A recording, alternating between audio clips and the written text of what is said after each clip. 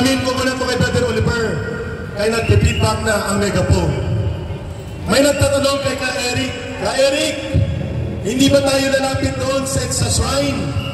At nang sa ganon, mas symbolic ang ating pagtitipon? Sabi ko, mas okay na dito para pag umulan, atras sa loob ng Robinson at bumili ng mga bibilihin sa loob ng Robinson. Hindi, biro lang. Nandun ang mga pulis. So mamaya, pag may time tayo, pag may oras tayo mamaya, at walang ulan, lilipat tayo sa open space, pero mapayapa at matiwasay na pagtitipon. Ayun.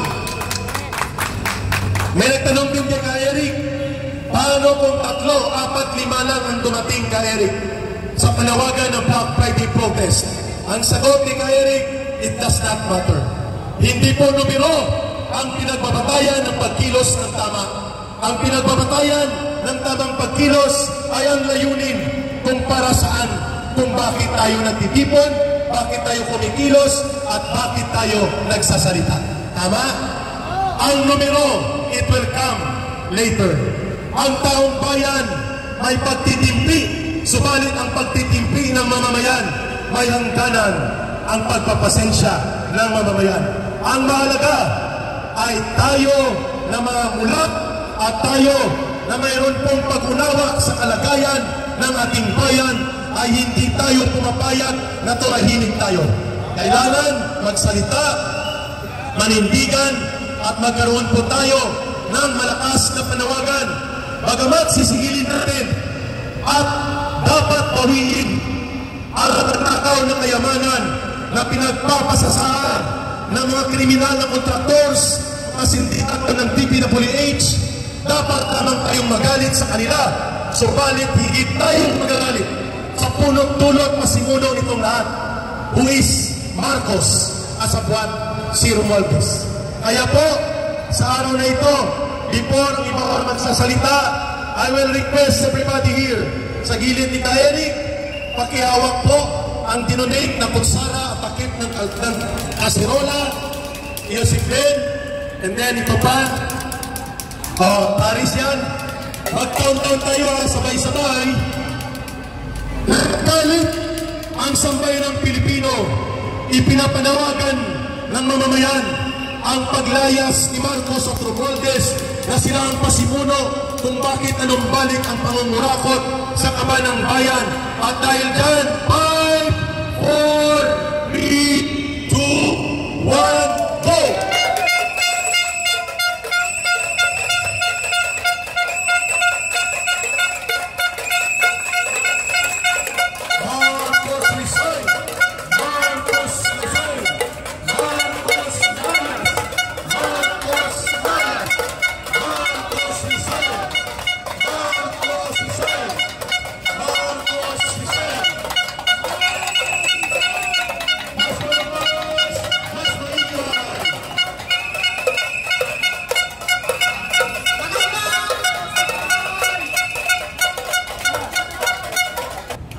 Ililinaw natin ang ating pagkilos ay mapayapa.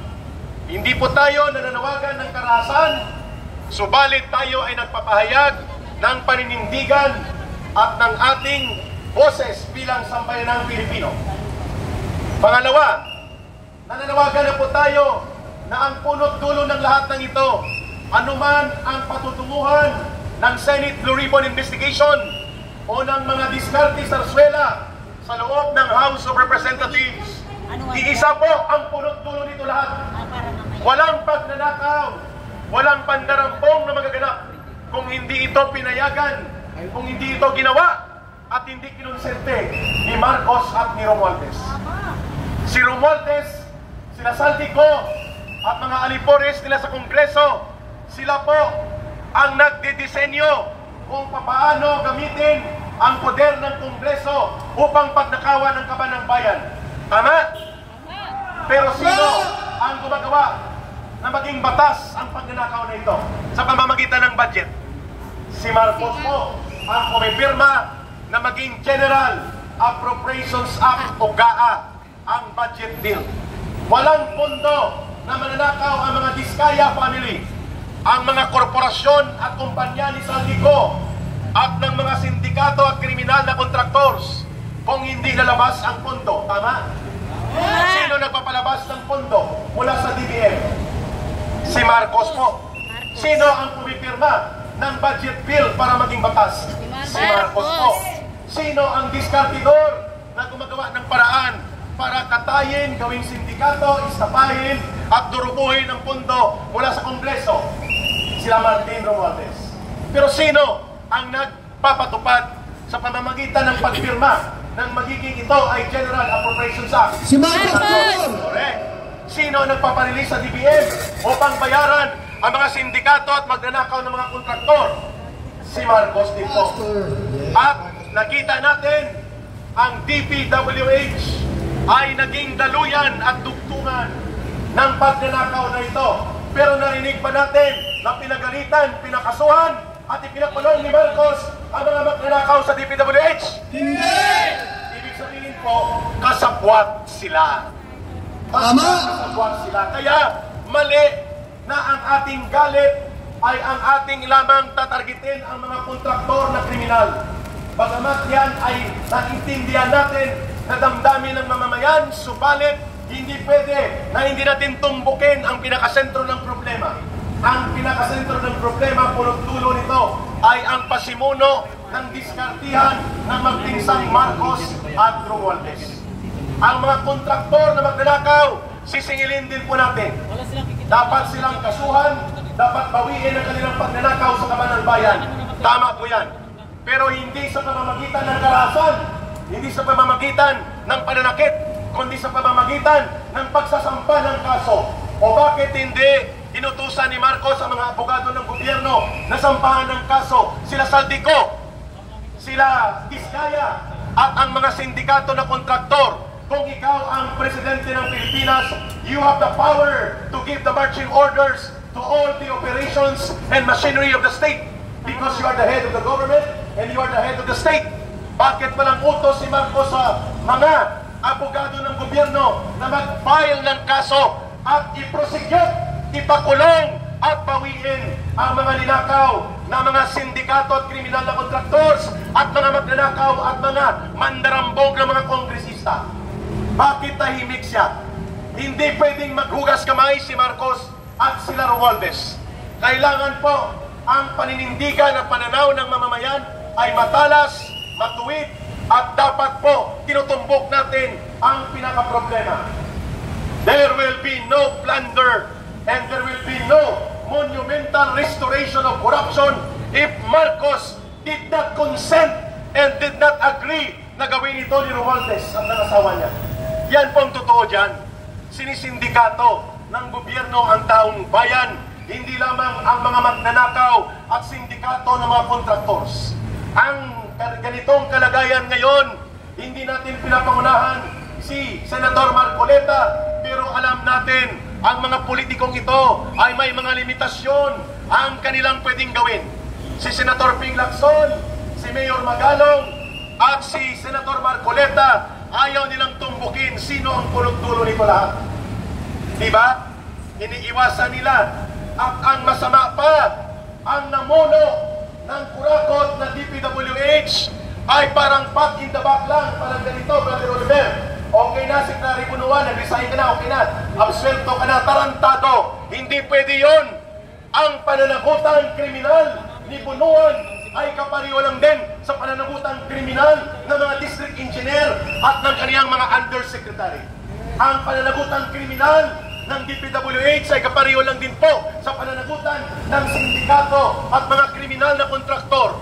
Bakit hindi ito tinutumbok?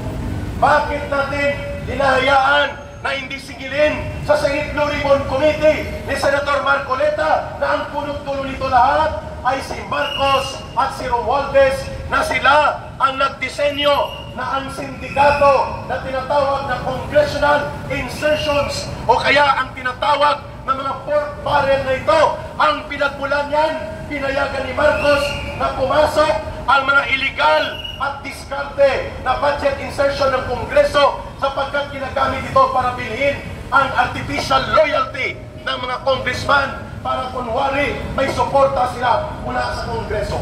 Pero kung titingnan natin ang malalim ng pagsusuri, ang pumipirma ng budget para maging legal ang pagnanakaw at mamobilisa ang pandarambong sa kabanang bayan.